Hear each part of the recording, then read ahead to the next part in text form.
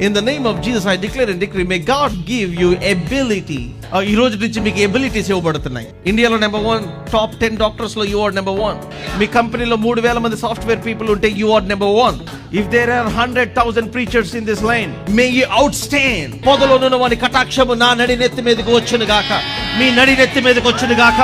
Yes, all the 12 were blessed, but you are blessed beyond the blessed. Come on, you are favored beyond the favored.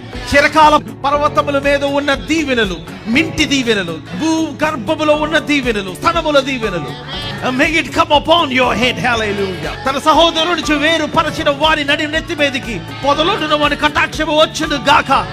In the mighty name of Jesus, I declare ability. మీరు బలహీనులైన ఆ టైంలో, when you have come to the end of yourself, when it is all said and done, మీ జీవితం మీద అన్ని పలికేసిన తర్వాత మీకు ఇంకా 100 సంవత్సరాల ప్రయాణం వెయిట్ చేస్తా ఉంది.